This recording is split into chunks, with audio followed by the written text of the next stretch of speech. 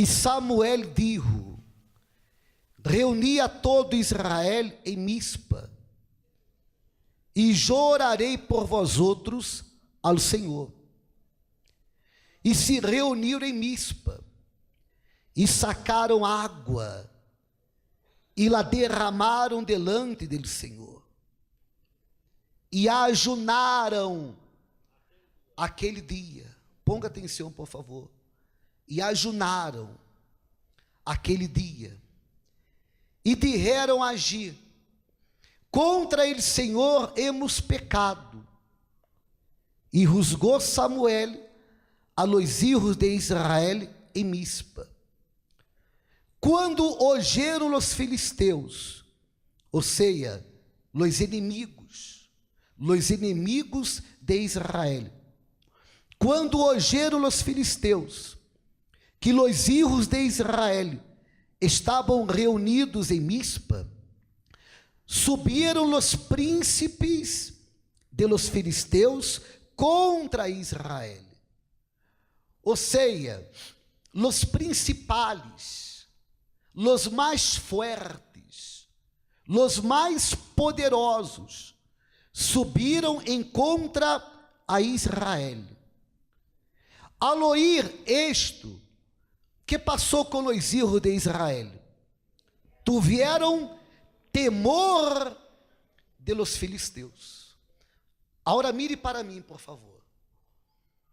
El domingo passado, estuvimos falando que antes de todo, eles deixaram de servir a los deuses de palo, de piedra, de metal, deixaram de servir a los deuses apresentados por el mundo e tomaram a decisão de servir solo a Deus. Abandonaram.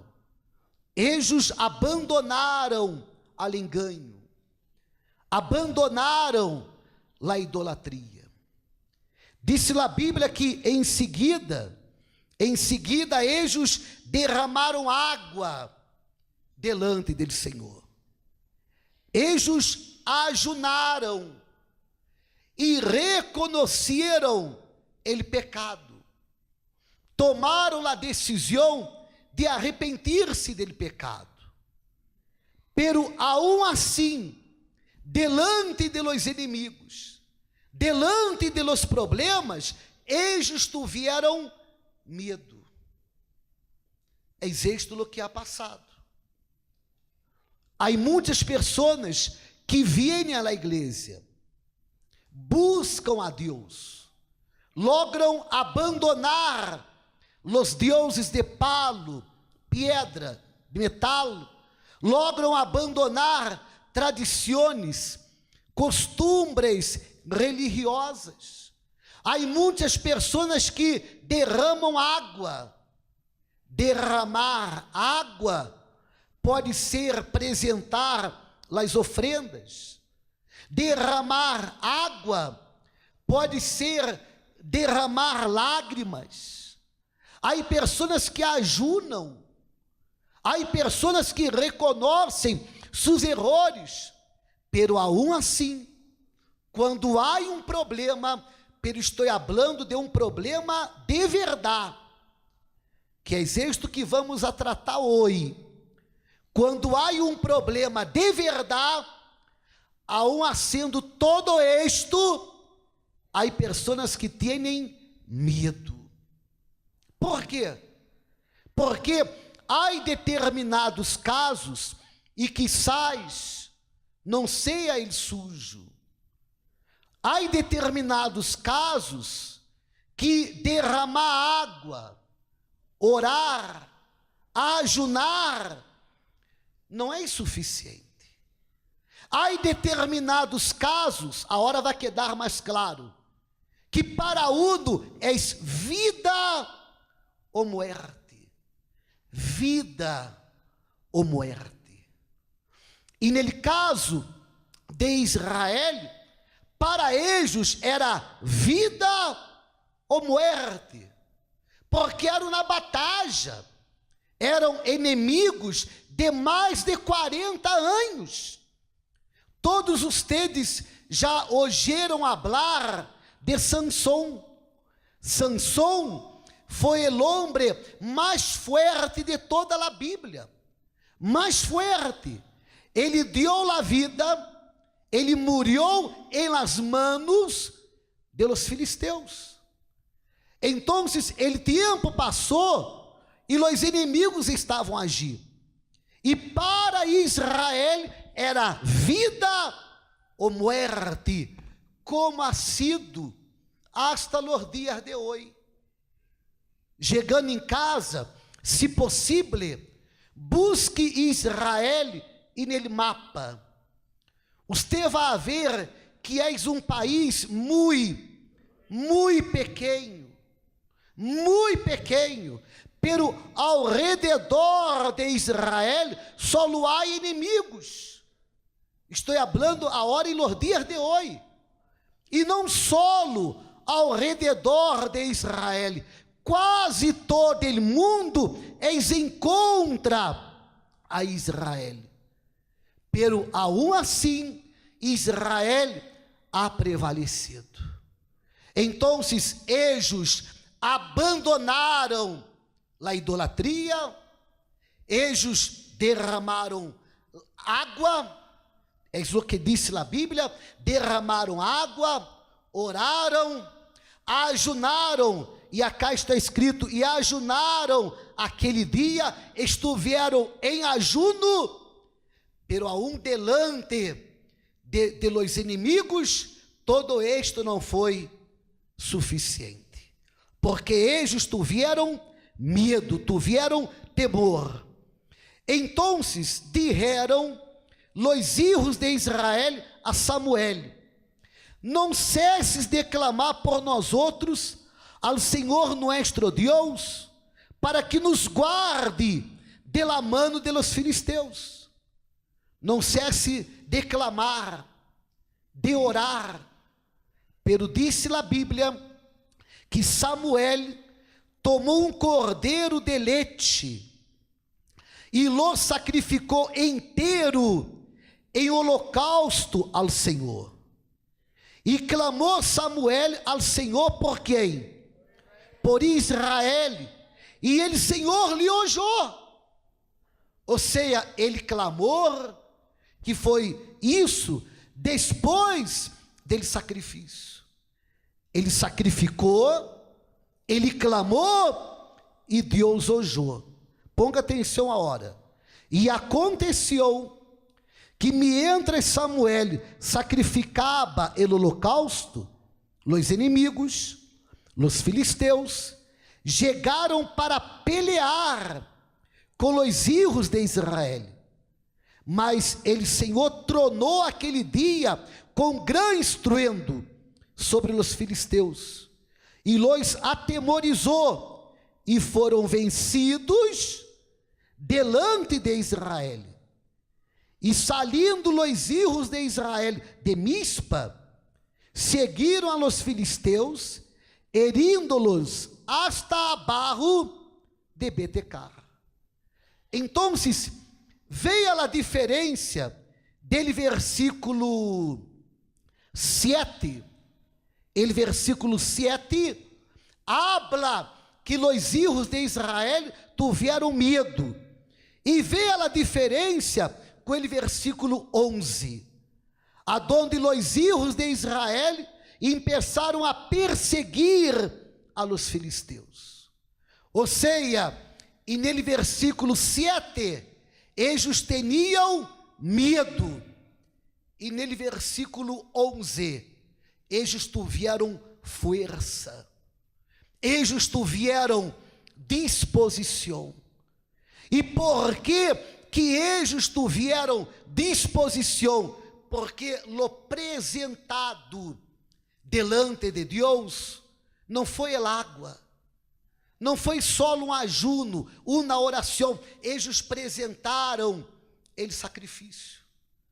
Agora, por que eles apresentaram ele sacrifício? Apresentaram ele sacrifício porque, como eu disse, era vida ou morte.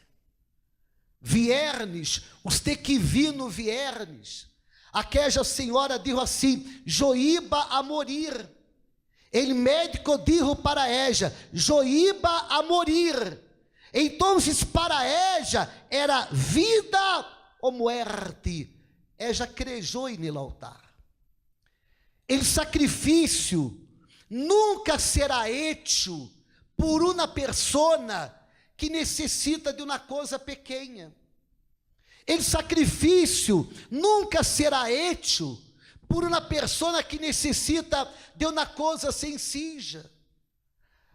Eu quero um noivo. Eu necessito de um noivo. Quem necessita de um noivo nunca vai sacrificar. Nunca.